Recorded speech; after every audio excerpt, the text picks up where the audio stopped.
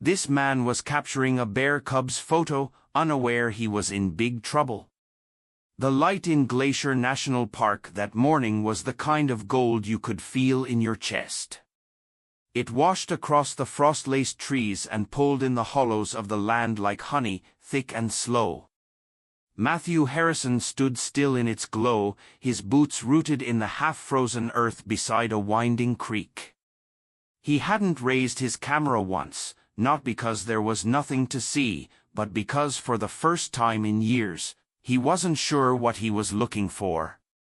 At 42, Matthew carried the quiet exhaustion of a man whose purpose had become a photograph instead of a pulse.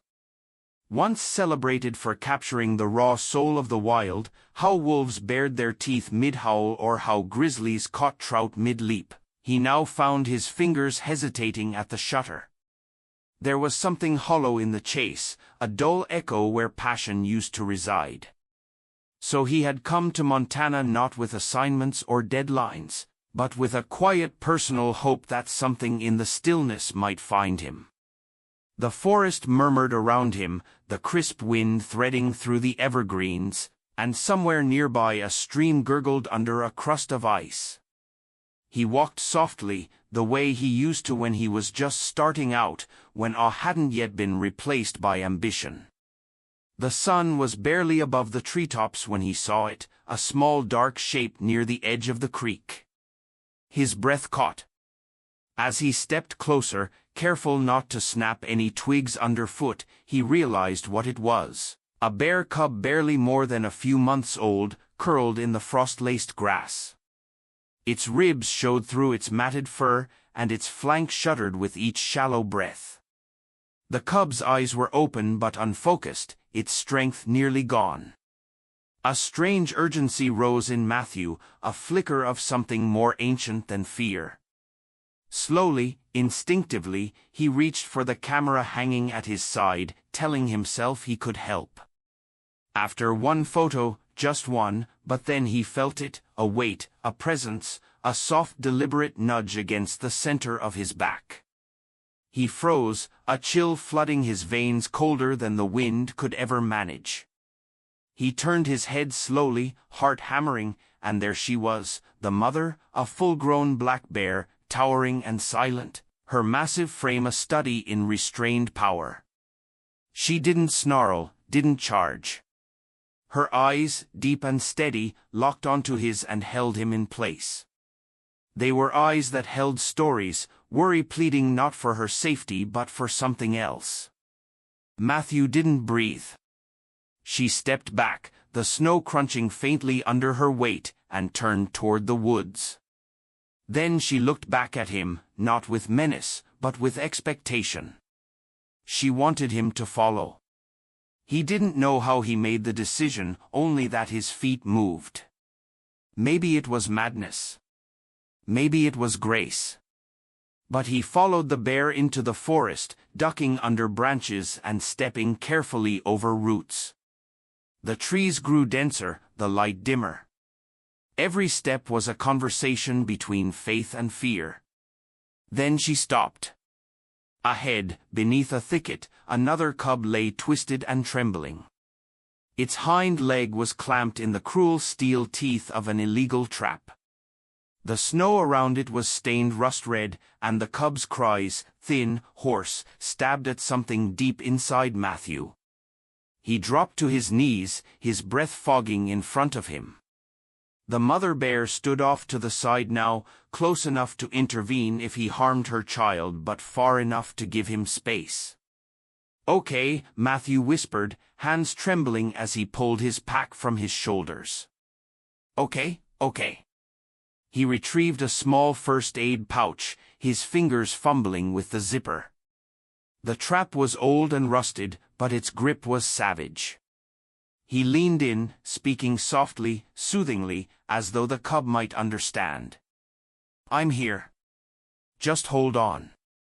The cub thrashed once weakly as he touched the trap's lever. Matthew winced but pressed on, his muscles straining as he forced the mechanism open.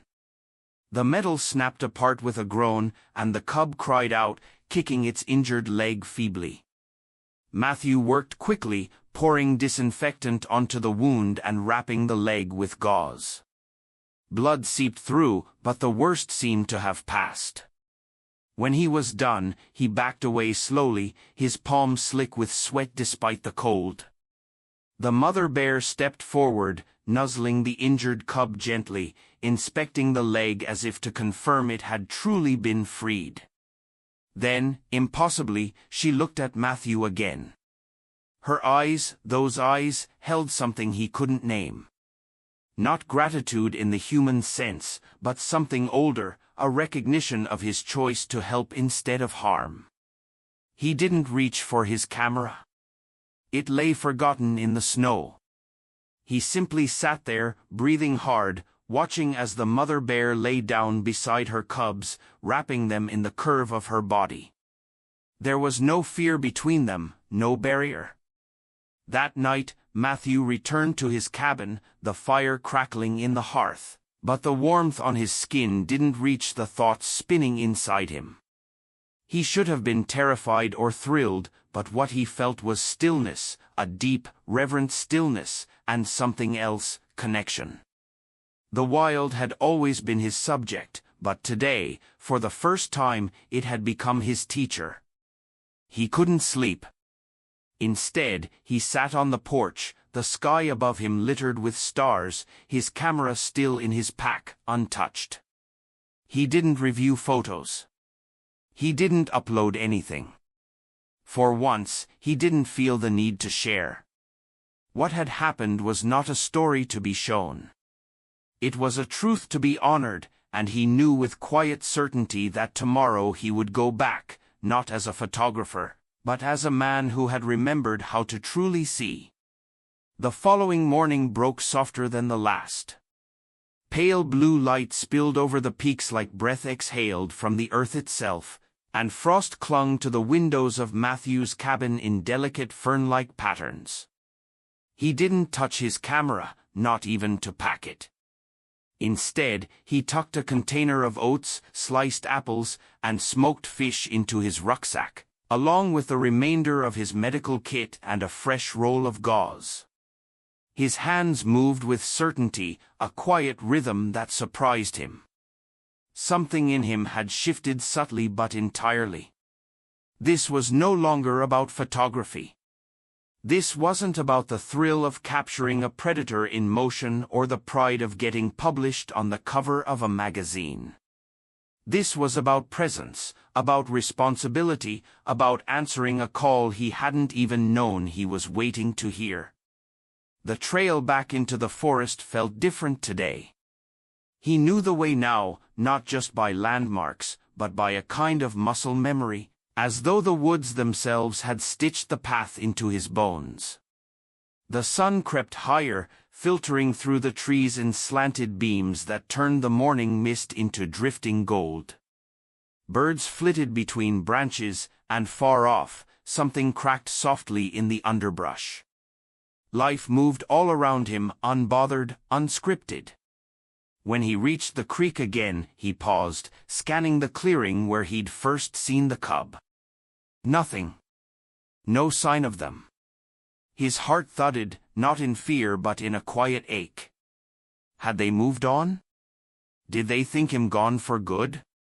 He crouched, set down his bag, and unpacked the offerings he'd brought, laying them on a flat patch of moss beside the half-frozen water. Then he waited. Minutes passed like hours. He heard every sound in those moments, the flutter of wings, the soft trickle of thawing snow, the beat of his own pulse in his ears. Just when the silence began to thicken into doubt, a rustle stirred in the underbrush, and then she appeared, the mother bear. Slower than yesterday, more cautious but with no signs of aggression. Her coat glistened slightly where it caught the sun, and her breath plumed in soft bursts. Behind her came the two cubs. The injured one limped heavily but stood, walked, moved. Matthew's chest tightened. Relief rose in him like a tide. He didn't speak. He didn't move. He simply watched as the bears approached the food he'd left. She sniffed first, then the cubs followed. When the mother finally began to eat slow, dignified bites of fish and apple, Matthew exhaled a breath he hadn't realized he'd been holding. He sat cross-legged a dozen feet away, hands resting palm up on his knees. No camera, no distractions, just him and them. For the better part of an hour, they ate. And when they were done, they didn't vanish. The mother lay down near a sun-warmed patch of stones, and the cub settled beside her, the injured one curling tightly to its sibling. Matthew stayed too. He didn't want to break the fragile trust blooming between them. He had been granted entry into something sacred, something humans rarely witnessed without cages or zoom lenses. The wild had opened a small door, and for reasons he might never fully understand, it had let him in. Over the next days, a quiet rhythm formed. Matthew returned each morning with food and supplies, trekking the same path in silence. He cleaned the cub's wound, changed the dressing when needed, always moving slow, always murmuring soft words that meant nothing to the bears but helped calm his own hands. Each time, the mother watched with those dark, fathomless eyes, not judging, not warning, simply present. By the third day, the cub licked his hand once, just a flicker of a tongue, quick and curious. It felt like a benediction. Matthew didn't flinch. He only smiled. That night, back at the cabin, he lit the stove, brewed tea, and didn't so much as glance at his computer. His emails piled up unread. His editor's texts remained unanswered. Somewhere in the chaos of his previous life, people were likely wondering where he'd gone. But he hadn't disappeared. He'd finally arrived. By the fifth day, something even more extraordinary happened. As Matthew sat near the creek watching the cubs play in the snow, one hobbling through attempts, the mother bear came closer. Not menacing, not abrupt, just closer. She padded forward, her eyes on him, and then she did something he would remember for the rest of his life. She sat not far from him, not watching her cubs, watching him. Matthew's throat tightened. He could barely swallow. There were no bars between them, no tranquilizers, no artificial lens to buffer the fear, just breath and earth and a shared understanding.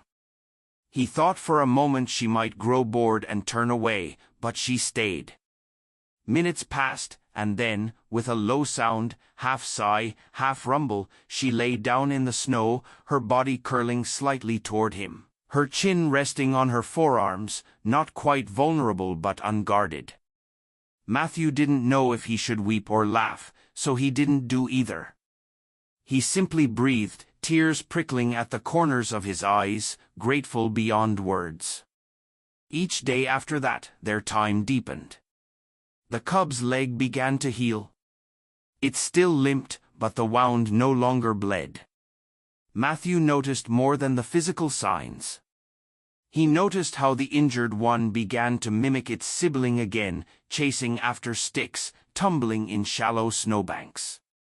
The mother grew more relaxed, sometimes closing her eyes while he was near. Matthew caught himself smiling more than he had in years, his chest lifting with something that had nothing to do with work or legacy. It was joy. Quiet, steady healing joy. One afternoon, after tending to the cub's leg, Matthew leaned back against a fallen log, his back aching pleasantly from the hike. Snowflakes began to drift down, slow and sparse. The bears didn't retreat. Instead, the mother bear approached slowly, thoughtfully. He held still, every muscle alive with stillness. She stepped within arm's reach, then closer. Then she touched him just once. Her paw, massive and furred and impossibly gentle, rested for a breath against his knee. It wasn't pressure. It wasn't dominance. It was acknowledgement. A goodbye, maybe, or a thank you. And then she turned, nuzzled her cubs, and walked away, deeper into the forest's embrace. The cubs followed. Matthew didn't rise for a long time. Snow collected on his shoulders. His breath fogged before him. The prints she left behind were deep and clear, and already the wind was beginning to erase them. That night, back at the cabin, Matthew sat on the porch with a blanket around his shoulders and a cup of untouched tea growing cold beside him. He didn't pick up the camera, didn't write a single word. He watched the trees sway in the wind and felt more whole than he had in a decade. There would be no photo essay, no front-page spread. Some moments weren't meant for sharing. Some moments lived only in the silence between two hearts, one human, one wild. And Matthew knew those were the moments that saved us. The wind carried the scent of pine and thawed earth as the days stretched quietly into a rhythm that felt almost sacred. Each morning, Matthew walked the same narrow trail into the forest, boots pressing into softening snow, breath fogging before him in slow, thoughtful puffs. Spring was whispering its arrival in the subtlest ways, the way icicles loosened their grip from branches, the way water trickled more freely beneath the frozen creek, the way sunlight lingered just a little longer on the backs of the trees. He hadn't expected the days to blend the way they had, each one folding into the next without urgency, only quiet repetition. It had been 2 weeks now since the first meeting. The injured cub no longer whimpered when it walked. Its limp remained, yes, but it was no longer pitiful. It was proud, a mark of survival. Its steps grew bolder, its play more vigorous, and the mother bear had changed too, though not in any way he could measure with a camera. It was in the tilt of her head when she watched him. The slow blink she offered when he arrived. The way she let her cubs wander nearer without panic. Trust had not only been given, it had been earned, shaped by time and mutual silence. Matthew had never spoken of it to anyone. Not in a journal, not in a call. He hadn't posted on social media or drafted a proposal. This was not a story he needed to own. It was one he needed to belong to. And yet the world he'd stepped away from had begun to stir at the edges of his solitude.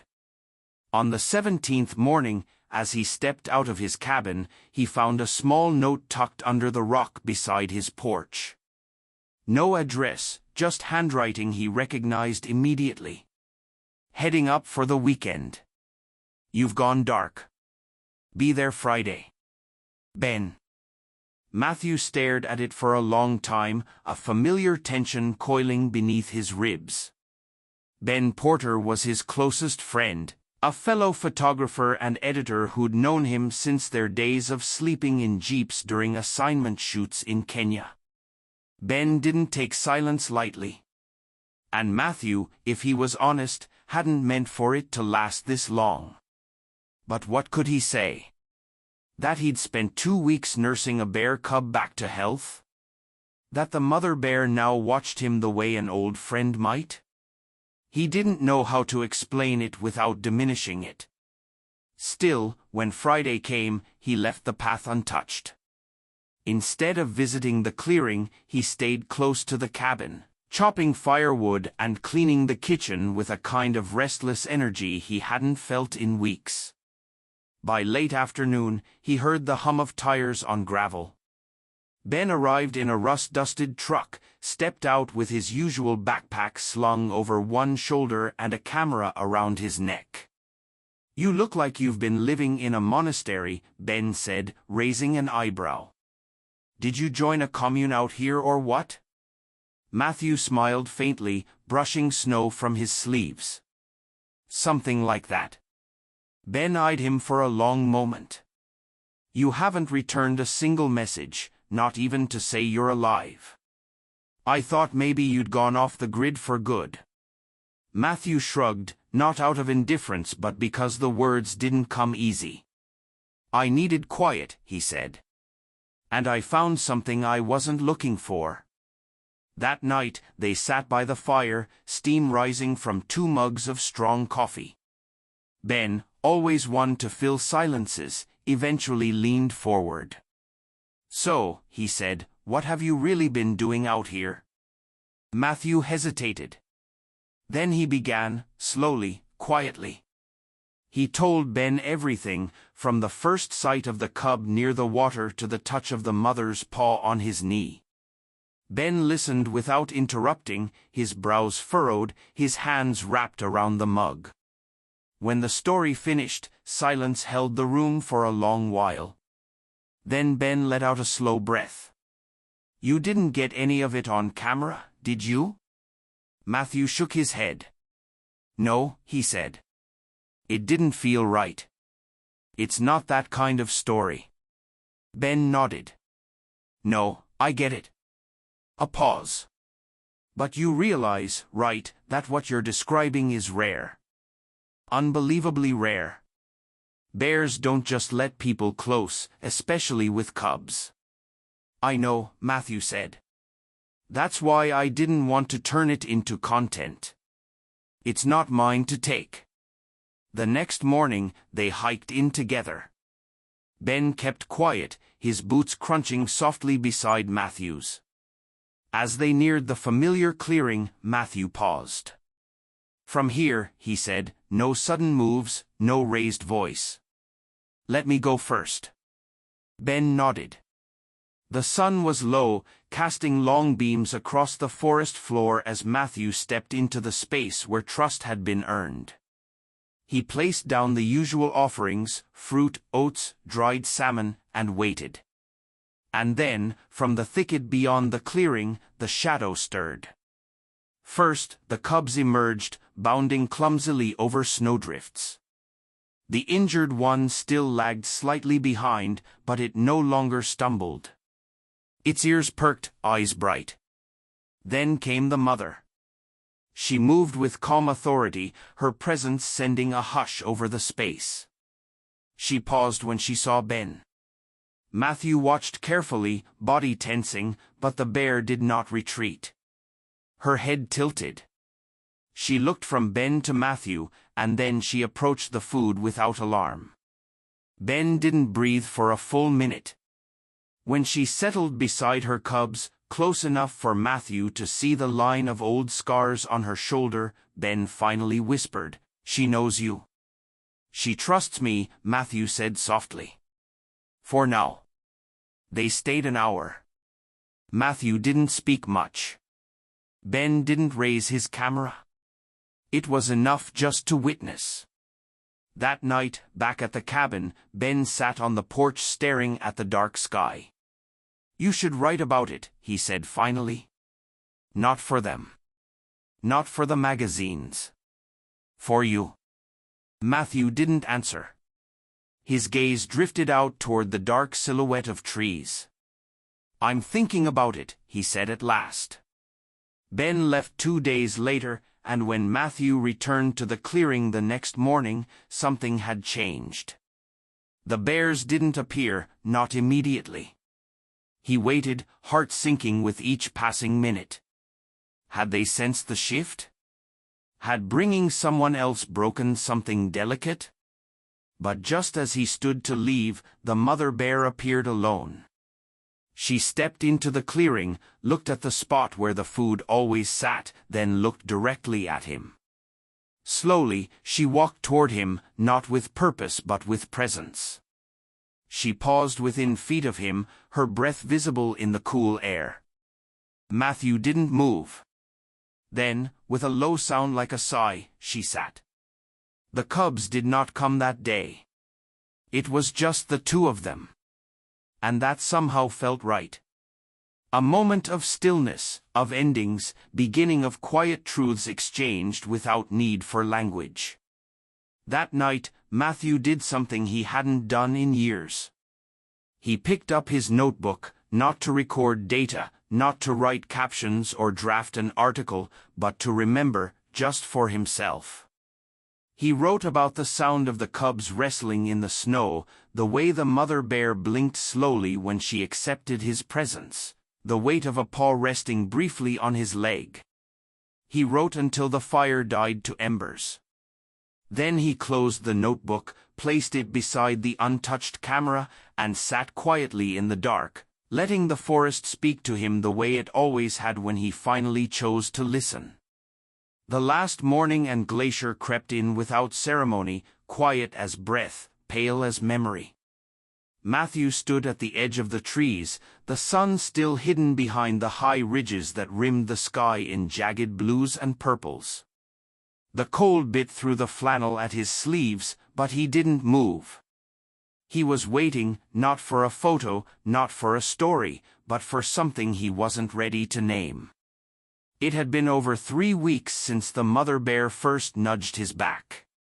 And in that time, the man he had been before, restless, acclaimed, weary beneath the praise, had unraveled quietly under the hush of pine needles and snowfall.